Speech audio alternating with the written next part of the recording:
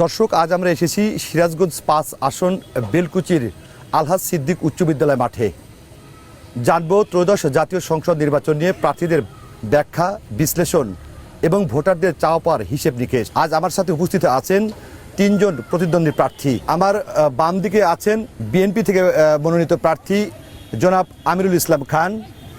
আমার ডান দিকে আছে জামায়াতে ইসলামী প্রার্থী অধ্যক্ষ আলী আলম। সবার ডানে আছেন গণ অধিকারের প্রার্থী মোহাম্মদ ইউসুফ আলী। আমি এবার জানতে চাইব জনাব আলী আলমের কাছে যে এই আসনে আপনি প্রার্থী হয়েছেন। আপনি জানেন যে একটি দল দেশ থেকে বিতাড়িত হয়েছে ইতিমধ্যেই ৩৬ জুলাই বিপ্লবের মাধ্যমে। পরবর্তীতে আপনার নির্বাচন করবেন যাদের সাথে এর আগে আপনার জোট করেছিলেন, সেই বিএনপির মতো প্রার্থী দলের সাথে, যে দলের একটা ভোট ব্যাংক আছে সেই দল আছে, এবং নতুন যারা ৩৬ জুলাই আন্দোলন করে এই দেশকে ফ্যাসিবাদ মুক্ত করেছে সেই দলেরও প্রার্থী আছে, এবং আরও যারা প্রার্থী আছে তাদের সাথে প্রতিদ্বন্দ্বিতা করে আপনি নির্বাচনে বিজয়িত হতে পারবেন বলে আপনি কতটুকু প্রত্যাশা করেন? আলহামদুলিল্লাহ, অন্তত সুন্দর আঙ্গিকে মাছরাঙ্গা টেলিভিশনের আজকের এই আয়োজনকে আমি সুস্বাগতম জানাই। আন্তরিক অভিনন্দন এবং ধন্যবাদ জানাই মাছরাঙ্গা টেলিভিশনের আজকের এই সুন্দর আয়োজন। আমার প্রথম যে বিষয়টির উপরে দৃষ্টি আকর্ষণ করা হয়েছে, আমি সে বিষয়ে আমার জনতার কাছে স্বতঃস্ফূর্তভাবে ব্যক্ত করতে চাই। নদীভাঙা, বেলকুচি এবং চৌহালি আসনে মানুষ অত্যন্ত নিঃস্ব, অসহায়ের মধ্য দিয়ে জীবনযাপন করে। আমার দীর্ঘ প্রত্যাশিত রাজনৈতিক জীবনে আমি দেখেছি যে মানুষ একটু সুখ, একটু প্রশান্তি, একটু প্রবৃদ্ধি এবং একটি সুন্দর এলাকা চায়। কিন্তু বিগত সময়কালে দলের, ব্যক্তির পরিবর্তন হয়েছে, কিন্তু বেলকুচির মানুষের ভাগ্যের উন্নয়নের সেই স্বপ্নীল আশা পূরণ হয়নি। আমি শতভাগ নিশ্চিত, আমার দীর্ঘ সময়কালের রাজনৈতিক অভিজ্ঞতা, বেলকুচি, সিরাজগঞ্জ, চৌহালির ৪৮ বছরের জামাত ইসলামীর কেন্দ্রীয় নেতা হিসেবে আমার অভিজ্ঞতা ডেকে বলে, এবং ২০০৯ এবং ১৪ সাল পর্যন্ত উপজেলা চেয়ারম্যান হিসেবে সকল মানুষের ভালোবাসা, অকৃত্রিম শ্রদ্ধা, জনসমর্থন, সকল দিক বিবেচনা করলে আমি আমার ময়দানে যতটা জরিফ এবং সকল মানুষের সাথে হৃদ্যতাপূর্ণ আচরণের মাধ্যমে সহজাত প্রবৃত্তিতে সবার সাথে কথা বলার সুযোগ হয়েছে, সেখানে আমার রাজনৈতিক অতীত অভিজ্ঞতা বলে ইনশাআল্লাহ শতভাগ দাঁড়িপাল্লা বিজয় হবে। এটা আমি আত্মপ্রত্যয়ী, আত্মবিশ্বাসী এজন্যেই যে জনগণের অকৃত্রিম ভালোবাসা দাঁড়িপাল্লার পক্ষে আমার জন্যে অকৃত্রিম একটি পাথেয় হিসাবে সমাজ বেছে নেবে ইনশাআল্লাহ। এ পর্যায়ে আমি কথা বলবো, জানতে চাইব বিএনপি প্রার্থী জনাব আমিরুল ইসলাম খান সাহেবের কাছে। গত ৫৪ বছরের বাংলাদেশে আপনার দল ক্ষমতায় এসেছে ৩ বার এবং আওয়ামী লীগ শাসন করেছে। এই দুটি দলকেই এই আপনার আসনের মানুষ দেখেছে। এবারও আপনার দলকেই আসলে আপনাকে প্রার্থী হিসেবে বিজয়ী করবে এই আসনের। এটা আপনি আসলে কোন দিক থেকে আসলে আপনি মনে করেন? ধন্যবাদ মাছরাঙ্গা টিভির কলা কৌশলী সাংবাদিকদের, সেই সাথে যে সব দর্শকরা দেখছেন তাদেরকে আমি স্বাগত জানাই। বাংলাদেশ জাতীয়তাবাদী দল এটি গণমানুষের দল। বাংলাদেশ জাতীয়তাবাদী দল এবং এই দলের প্রতিষ্ঠাতা, উনি স্বাধীনতা যুদ্ধের মহান ঘোষক। এই দলের প্রতিষ্ঠাতা শহীদ রাষ্ট্রপতি জিয়াউর রহমান বাংলাদেশে বহুদলীয় গণতন্ত্রের প্রবক্তা। আওয়ামী লীগ এবং জামাত ইসলাম সহ আরও অন্যান্য যে সকল রাজনৈতিক দলের কথা আপনারা বলেন, এটা একসময় বাকশাল কায়েমের মধ্যে দিয়ে নিষিদ্ধ হয়েছিল। শহীদ রাষ্ট্রপতি জিয়াউর রহমানের বহুদলীয় গণতন্ত্রের মধ্যে দিয়ে এদেশে আওয়ামী লীগ, জামাত ইসলাম সহ অন্যান্য দল রাজনীতি করার সুযোগ লাভ করেছে। আমাদের নেতা স্বাধীনতার ঘোষণা দিয়েছিলেন, রণাঙ্গনে যুদ্ধ করেছেন এবং কৃষি বিপ্লবের মাধ্যমে বাংলাদেশকে আত্মনির্ভরশীল করেছেন। কাজেই এদেশের মানুষ যখনই ভোট দেওয়ার সুযোগ পেয়েছে তখনই ধানের শীষকে বিজয়ী করেছে। বিগত 18 সালের নির্বাচনেও আমি অংশগ্রহণ করেছিলাম এবং আমাদের প্রতিপক্ষ আজকের যিনি উনিও সেদিন নির্বাচনে অংশগ্রহণ করেছিলেন, কিন্তু আওয়ামী লীগের দুঃশাসনের বিরুদ্ধে আমরা নির্বাচনের ময়দানে লড়াইয়ে ছিলাম। কিন্তু আমরা আজকে যারা আমাদের প্রতিপক্ষ হিসাবে দাঁড়িয়েছেন তাদেরকে আমরা কোন অদৃশ্য কারণে আমরা কিন্তু তাদেরকে ময়দানে দেখিনি। তা 18 সালে জনগণের যে আমার প্রতি ভালোবাসা আমি লক্ষ্য করেছি। আমি মনে করি এই 18 বছর রাজপথে ছিলাম, আন্দোলন সংগ্রামে ছিলাম, দেশবাসীর পাশে ছিলাম। এজন্য আমি দেশবাসীর এবং বেলকুচি, চৌহালি, এনায়েতপুরের মানুষের মনের এবং চোখের ভাষা দেখে আমি যেটুকু বুঝতে পারি তাতে আমার মনে হয় এই আসনে অতীতেও ধানের শীষ ব্যাপকভাবে বিজয় হয়েছিল। আগামী দিনেও ইনশাল্লাহ জনগণের সমর্থনে ধানের শীষ ব্যাপকভাবে বিজয় লাভ করবে। ধন্যবাদ জনাব আমিরুল ইসলাম খান। আমি এ পর্যায়ে কথা বলবো জনাব গণ অধিকারের প্রার্থী জনাব ইউসুফ আলীর সাথে। জনাব ইউসুফ আলী, আপনি আসলে নতুন দলের প্রার্থী, আপনার সামনে পাহাড় সমান দুটি দল ভোটাররা মনে করে, সেই পাহাড় সম দলের সাথে কোন কারিশমাটিকে আপনি আসলে বিজয়ী হবেন বলে মনে করেন? ধন্যবাদ মাছরাঙা টেলিভিশন এবং সামনে উপস্থিত সকল ভাইদেরকে এবং আমার 14 জন মুরব্বী যারা আছেন সবাইকে অসংখ্য ধন্যবাদ এবং আমার পক্ষ থেকে সালাম, আসসালামু আলাইকুম। আমরা গণ অধিকার পরিষদ 18 সাল থেকে আমরা রাজপথে লড়াই সংগ্রাম করে আজকে এখানে এসে দাঁড়িয়েছি। আমরা 18 সাল থেকে শুধু কোটা সংস্কার আন্দোলনের সাথে জড়িত না, কোটা সংস্কার আন্দোলন, প্রশ্ন ফাঁস বিরোধী আন্দোলন, নিরাপদ সড়ক আন্দোলন সহ জনগণের অধিকার রক্ষায় যে আন্দোলনগুলো ছিল, আমরা তরুণ সমাজ প্রত্যেকটা আন্দোলনে রাজপথে থেকে অধিকার আদায় করার চেষ্টা করছি এবং প্রত্যেকটা আন্দোলনে মোটামুটি সফল হয়েছি আলহামদুলিল্লাহ। আমরা মনে করি বিশেষ করে বেলকুচি, চৌহালি, এনায়েতপুর যারা আছে আমাদের যে জনগণ আছে, আমরা শুরু থেকেই আমাদের সহযোদ্ধা যারা আছে, বিশেষ করে আমাদের ছাত্র অধিকার পরিষদ, যুব অধিকার পরিষদ এবং শ্রমিক অধিকার পরিষদ, তারা জনগণের অধিকার নিয়ে কাজ করছে, তাদের পাশে গিয়ে দাঁড়িয়েছে, তাদের সমস্যাগুলো দেখেছে এবং বন্যার সময় চৌহালিতে সাহায্যের হাত বাড়িয়ে দিয়েছে। যারা আমাদের শিক্ষার যাদের সমস্যা ছিল, আর্থিকভাবে সহযোগিতা যতটুকু করা সম্ভব আমরা আমাদের তরফ থেকে সেটা করার চেষ্টা। আমরা আশা করি আমাদের এই তরুণ নেতৃত্বে যে আমাদের 7-8 বছর, এই বিষয়টাকে অবশ্যই চৌহালি, এনায়েতপুর এবং বেলকুচির জনগণ, বিশেষ করে ভোটাররা অবশ্যই সেটা মূল্যায়ন করবে। কারণ এই 53 বছরের যে রাজনীতির পরিবেশ এই জনগণ দেখে আসছে, তারা এখান থেকে কিছু পরিবর্তন চায়।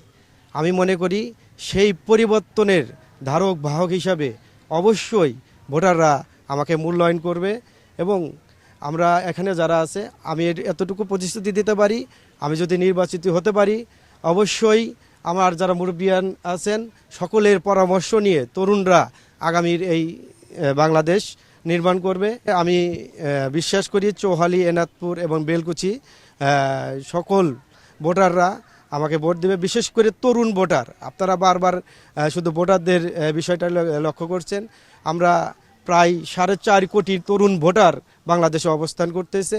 সেক্ষেত্রে আমাদের এনায়েতপুরে প্রায় 4 লক্ষ ভোটারের মধ্যে অনেক তরুণ ভোটার আছে, তারা ভোট দিতে পারে নাই।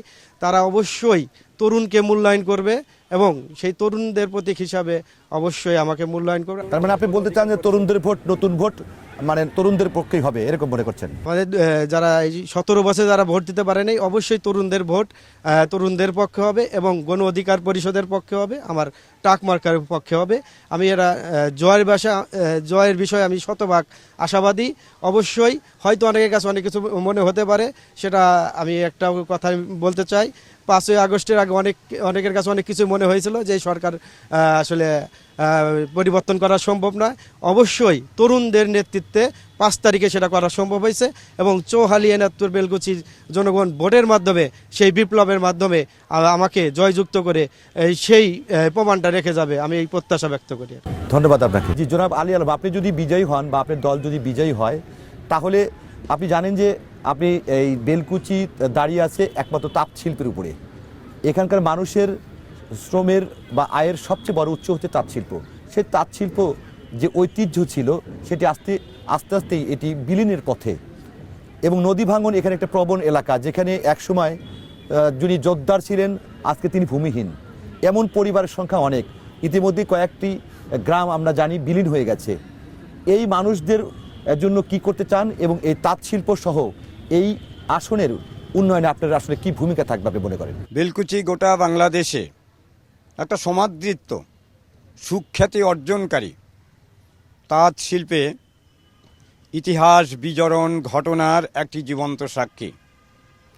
দীর্ঘ সময় কাল ধরে আমরা দেখে আসছি নাজুক পরিস্থিতির মধ্য দিয়ে বেলকুচির ইতিহাস ঐতিহ্য তাঁত শিল্প আজকে বিলুপ্তির দিকে। আপনার এই প্রশ্নের জবাবে আমি মহান আল্লাহ সুবহানাহু ওয়া তাআলার কাছে প্রাপ্তি এবং প্রত্যাশা কামনা করছি, সেই ইতিহাস যাদের সিন্ডিকেটের মাধ্যমে এই ইতিহাস বিলুপ্তির দিকে আজকে ধাবমান হয়ে বেলকুচির মানুষের জন্য একটা কঠিন স্তরবিন্যাসের পথ রচনা করেছে,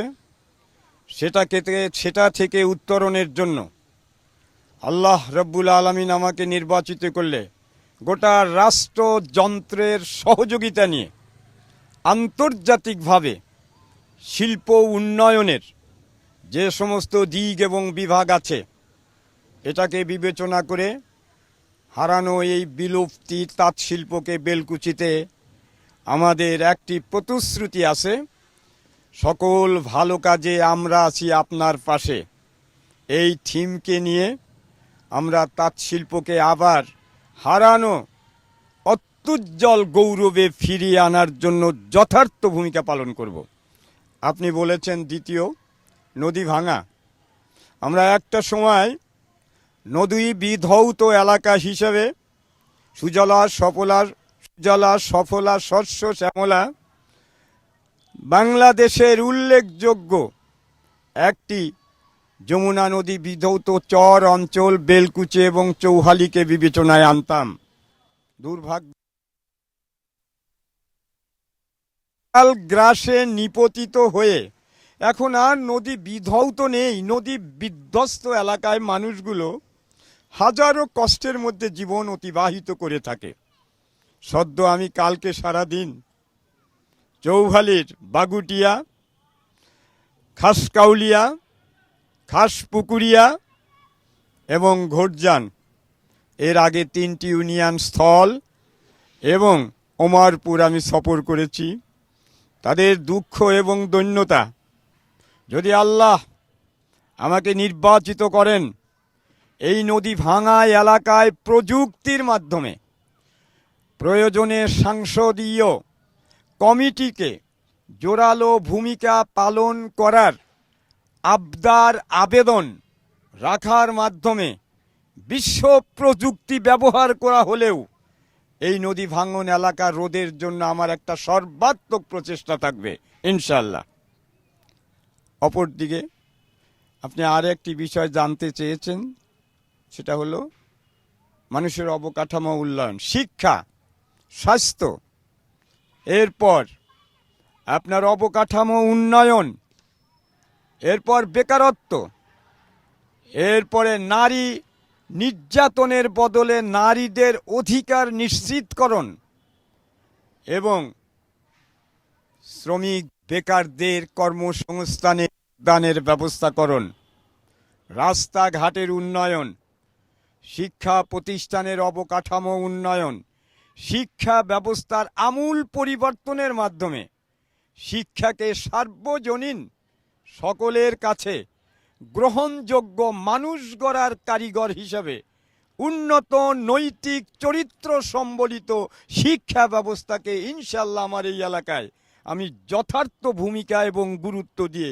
প্রতিটা শিক্ষা প্রতিষ্ঠানে ইনশাআল্লাহ সিলেবাস এবং কারিকুলাম অনুযায়ী শিক্ষা ব্যবস্থার প্রবর্তন করব। জনাব আমিরুল ইসলাম খান, আমি আপনার কাছে জানতে চাইব, আপনার দল তিনবারে ক্ষমতায় থেকেছে, পাশাপাশি আরেকটি দল ক্ষমতায় থেকেছে। 54 বছরের এই বাংলাদেশে বেলকুচি এবং চৌহালিতে উন্নয়নের জন্য বরাদ্দ আসলে কম হয়নি। আসলে সেই বরাদ্দটা যথাযথ কাজে লেগেছে কিনা, যদি কাজে লাগতো, এই যে আমরা যে বলি যে নদী হচ্ছে দুঃখ, অথচ আমরা জানি যে নদী হচ্ছে সুখ। আপনি জানেন বিশ্বের অন্যান্য রাষ্ট্রে নদী তাদের জন্য একটি সুখের পথ, অথচ আমাদের দেশে দুঃখ হয়ে থাকে নদী। টাকা বরাদ্দ হয়, সেই টাকা আসলে কাজে লাগে না। যিনি ধনাঢ্য ব্যক্তি তিনি আসলে গরিব হতে থাকেন। আপনারা যারা ভোটে নির্বাচিত হবেন বা আশা করছেন বা নির্বাচিত হবেন, তাদের কি আসলে মনে থাকার কথা বা মনে থাকবে কিনা যে ওই যারা ভূমিহীন হয়েছে, ওই অসহায় চরাঞ্চলের মানুষ যারা মনে করেন যে স্বাস্থ্য, চিকিৎসা সব থেকেই বঞ্চিত, কোনটাকে আসলে আপনি বেশি প্রাধান্য দিবেন? একজন রাজনীতিবিদের বা একজন সংসদ সদস্যের দায়িত্ব হচ্ছে জনগণের সমস্যা চিহ্নিত করা, জনগণের কল্যাণ করা, জনগণের সেবা করা।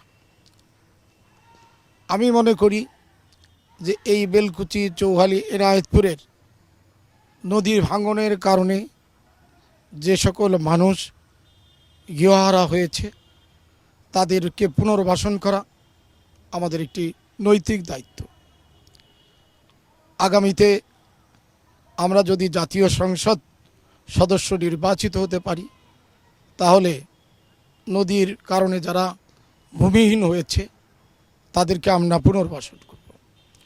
আর আপনি যে কথাটি বললেন, নদী আসলে একটি সম্পদ, কিন্তু আমাদের বাংলাদেশের নদীগুলো অনেকাংশে শুকিয়ে গেছে। আমাদের নেতা শহীদ রাষ্ট্রপতি জিয়াউর রহমানের যে 19 দফা কর্মসূচি ছিল, তার মধ্যে অন্যতম কর্মসূচি ছিল খাল খনন। খাল খননের মাধ্যমে উনি খনন করে একদিকে যোগাযোগ ব্যবস্থার যেমন সমুন্নত রাখতে চেয়েছেন, পানি সেচের ব্যবস্থা করে কৃষি উৎপাদন বৃদ্ধির চেষ্টা করেছেন এবং মৎস্য চাষের উপযোগী ছিল নদীগুলো যদি খননকৃত থাকত। আর পাশাপাশি আমাদের মৎস্য চাষেরও কিন্তু সমস্যার সমাধান হতো। কিন্তু বিগত সরকার নদী শাসনের খননের নামে লক্ষ লক্ষ কোটি, হাজার হাজার কোটি টাকা লুটপাট করেছে, যার কারণেই আমাদের নদীগুলা নাব্যতা হারিয়ে ফেলেছে। এজন্য আমাদের দল ইতিমধ্যেই ঘোষণা দিয়েছেন যে আগামীতে রাষ্ট্রীয় ক্ষমতায় গেলে আমাদের যে রাষ্ট্র মেরামতের 31 দফা, সেখানে 25,000 কিলোমিটার নদী খননের কর্মসূচি রয়েছে। কারণ নদী আমাদেরকে অনেক কিছুর সমস্যার সমাধান দিতে পারে। আর আপনি আমাদের যে শিক্ষা ব্যবস্থা, আমরা ইতিমধ্যেই সেই শিক্ষা ব্যবস্থাকে প্রতিষ্ঠা করতে চাই কর্মমুখী শিক্ষা, যে শিক্ষা মানুষকে বেকারত্ব না রেখে কাজের সন্ধান দিবে, কাজ করার সুযোগ পাবে। আমরা সেই কর্মমুখী শিক্ষার কথা ভাবছি। বেলকুচির চালিকা শক্তি যে তাঁত শিল্প খুঁড়ে খুঁড়ে চলছে আজ, সে তাঁত শিল্প ধ্বংসের পথে, এটার বিষয়ে আপনার আসলে কি উদ্যোগ থাকবে? তাঁত শিল্প, আমি যেটা বলি, তাঁত শিল্পকে যদি আমরা টিকে রাখতে চাই তাহলে আমাদেরকে শাড়ি এবং লুঙ্গি এখানে উৎপাদিত হয়। স্বাভাবিক কারণেই আধুনিকতার ছোঁয়ার কারণে শাড়ি এবং লুঙ্গির ব্যবহার অনেকটা কমে গেছে। সেই কারণে আমরা যদি শাড়ি এবং লুঙ্গির উপর নির্ভরশীল থাকি তাহলে আমাদের তাঁত শিল্পকে আমরা রক্ষা করতে পারবো না। সেই তাঁত শিল্পকে রক্ষা করতে হলে আমাদের উৎপাদনের ভিন্নতা আনতে হবে। আমরা যেমন শাড়ি লুঙ্গির পাশাপাশি বেডশিট, মশারি, চাদর, পপলিং আদি অনেক ধরনের উৎপাদন করতে পারি। তো এর জন্য আমাদের দরকার গ্যাস লাইনের। তা আমরা যদি ইনশাল্লাহ আগামীতে এই এলাকার মানুষের জনগণের ভোটে সংসদ সদস্য নির্বাচিত হতে পারি, তাহলে তাঁত শিল্প রক্ষা করার জন্য সায়দাবাদ থেকে এনায়েতপুর পর্যন্ত আমরা গ্যাস লাইন সংযোগ দেব ইনশাল্লাহ, এবং যাতে তাঁত শিল্পের উৎপাদনের ভিন্নতা আসলে তাঁতিরা তাদের তাঁত শিল্পকে রক্ষা করতে পারবে। পাশাপাশি কৃষকদের এবং অন্যান্য সম্প্রদায়ের ব্যাংক রয়েছে সহযোগিতা করার জন্য, কিন্তু তাঁতিদের কোনো ব্যাংক নেই। আমরা আমাদের দল ক্ষমতায় আসলে আমরা একটি তাঁত ব্যাংক প্রতিষ্ঠা করব, যে ব্যাংক তাঁতিদের স্বল্প সুদে ঋণ দিয়ে তাঁতিদেরকে সহায়তা করবে এবং তাঁত শিল্পের উন্নতি কল্পে ভূমিকা রাখতে পারবে। আপনি শুনছিলেন আপনার প্রতিপক্ষ দুই প্রতিদ্বন্দ্বীর উন্নয়নের পরিকল্পনা, ভাবনা। আপনারা তরুণ সমাজের নেতৃত্ব দিচ্ছে আপনার দল, একটি আন্দোলন, কোটা আন্দোলনের মধ্য দিয়ে আপনার দল প্রতিষ্ঠিত হয়েছে। আপনার উন্নয়নের পরিকল্পনা এই দুই প্রার্থীর থেকে কোন দিক থেকে আপনি ভিন্নতা বলবেন? আপনি কি পরিকল্পনা আপনার? সর্বপ্রথম এই শিক্ষা ব্যবস্থাকে উন্নয়নের জন্য বা আমাদের বর্তমান প্রচুর বেকার আছে, শুধু শিক্ষা লাভ করেই তারা মনে করেন যে আছে, কিন্তু তাদের কর্মসংস্থানের সেরকম কোনো ব্যবস্থা নাই। আমরা কারিগরিক শিক্ষাকে খুবই গুরুত্ব সহকারে প্রাধান্য দেব এবং সে জানি সুশিক্ষায় শিক্ষিত হতে পারে। শুধু শিক্ষা লাভ করলে বিষয়টা এরকম না। আরেকটা বিষয় আছে, আমরা বাংলাদেশে বিশেষ করে দেখতে পাচ্ছি, আমাদের এখানে বেলকুচি, চৌহালি, এনায়েতপুরেও আছে, যে আমাদের মেধাবী শিক্ষার্থীরা তারা দেশে থাকছে না, তারা বিদেশে যাচ্ছে। তাদের জন্য নিরাপদ কর্মসংস্থানের ব্যবস্থা করব। তারা জানে তাদের মেধাটাকে দেশের কাজে, দেশের এলাকার মানুষের কাজে ব্যবহার করতে পারে। এই বিষয়টা সবচেয়ে গুরুত্ব দেওয়া হবে আমাদের তরুণদের পক্ষ থেকে। তরুণদের মেধা যদি বাংলাদেশে ব্যবহার না হয়, এদেশে কাঠামোগত উন্নয়ন আর যত উন্নয়নের আমরা বলি ছড়ি, এটা কখনোই বাস্তবভাবে করা সম্ভব না। তাদেরকে নিয়ে আসতে হবে, সেই উন্নয়নগুলো করতে হবে আমাদের বিদেশ থেকে ইঞ্জিনিয়ার ভাড়া করে নিয়ে এসে। আমরা চাচ্ছি তরুণদের মাধ্যমে শিক্ষাকে গুরুত্ব দিয়ে সেটা কাঠামোগত ভাবে যেভাবে করলে বা আমাদের দেশের জন্য বা আমাদের সমাজের জন্য ভালো হয়, সেটা করার চেষ্টা করব। সেক্ষেত্রে আমাদের বেলকুচি, চৌহালি, এনায়েতপুরে এখানে শিক্ষার মান উন্নয়নের জন্য যে কাজগুলো করা দরকার সে কাজ গুরুত্ব দেওয়া হবে সবচেয়ে বেশি। আমাদের এখানে আছে চৌহালি আমরা বারবার দেখে আসছি, তাদেরকে শুধু একটা বলি দেওয়া হচ্ছে যে অনেক সময় বেশি গুরুত্ব দেওয়া হয় যে এখানে বাঁধ নির্মাণ করা হবে। শুধু চৌহালিকে বাঁধ নির্মাণ করে তাদেরকে একটু, আমি মনে করি একটু অবহেলার চোখে দেখা হচ্ছে। সেখানে শিক্ষার মান উন্নয়ন করতে হবে, সেখানে স্বাস্থ্যের মান উন্নয়ন করতে হবে, সেখানে কর্মর ব্যবস্থা করতে হবে। তাদের জন্য কর্মের জন্য নদী পাড়ি দিয়ে অন্য কোথাও জানি না যাওয়া লাগে। সেখানে আপনার টেক্সটাইল, বিভিন্ন গার্মেন্টস, এগুলো ওখানে করা যাইতে পারে। সেখানে ভিন্নভাবে আমাদের চিন্তা করতে হবে, সেটা করা সম্ভব। সেখানে প্রচুর কর্মসংস্থানের ব্যবস্থা আমরা যদি করে দিতে পারি, তাদের মান উন্নয়ন অবশ্যই হবে। বিশেষ করে আমরা এখানে যদি আমরা দেখি বেলকুচিতে বিভিন্নভাবে আমরা দেখে আছি, এখানে আমাদের তাঁত শিল্প যে ক্ষতিগ্রস্ত হচ্ছে। শুধু আমরা বলি এটা করব ওটা করব, কিন্তু আমরা আসলে সেই বিষয়গুলা, মূল যে বিষয়, সেখানে আমরা কেউ ফোকাস করতে পারছি না। আমাদের এই তাঁত শিল্পটা নির্ভর করে সুতার উপরে। আমাদের দিনের ভিতরে দুইবার, তিনবার, চারবার সুতার দাম বৃদ্ধি হয়। এই সুতার দাম লাগাম টেনে ধরা হবে এবং আমাদের তাঁত শিল্প যারা তাঁতিরা তাদের কাপড়ের ন্যায্য মূল্য পাচ্ছে না। সেই ন্যায্য মূল্য কারা নির্ধারণ করে দেয়, এই বিষয়গুলা আমরা সুনিশ্চিত করব। অর্থাৎ আমার কথার মূল বিষয় হচ্ছে আইনি আইনি শাসনের মাধ্যমে আমার বেলকুচি, চৌহালি এবং ইনাতপুরকে সুসংগঠিত করবে। আইন যদি আইনের মতো চলে, কেউ কোনো ধরনের অন্যায়, অবিচার বা সিন্ডিকেট গড়ে তুলতে পারবে না। দর্শক, আপনারা শুনছিলেন এই আসনের 3 জন প্রতিদ্বন্দ্বী প্রার্থীর ব্যাখ্যা, বিশ্লেষণ এবং উন্নয়ন পরিকল্পনা। আজ এ পর্যন্তই। আগামী পর্বে দেখার জন্য আমন্ত্রণ জানিয়ে এখানেই শেষ করছি।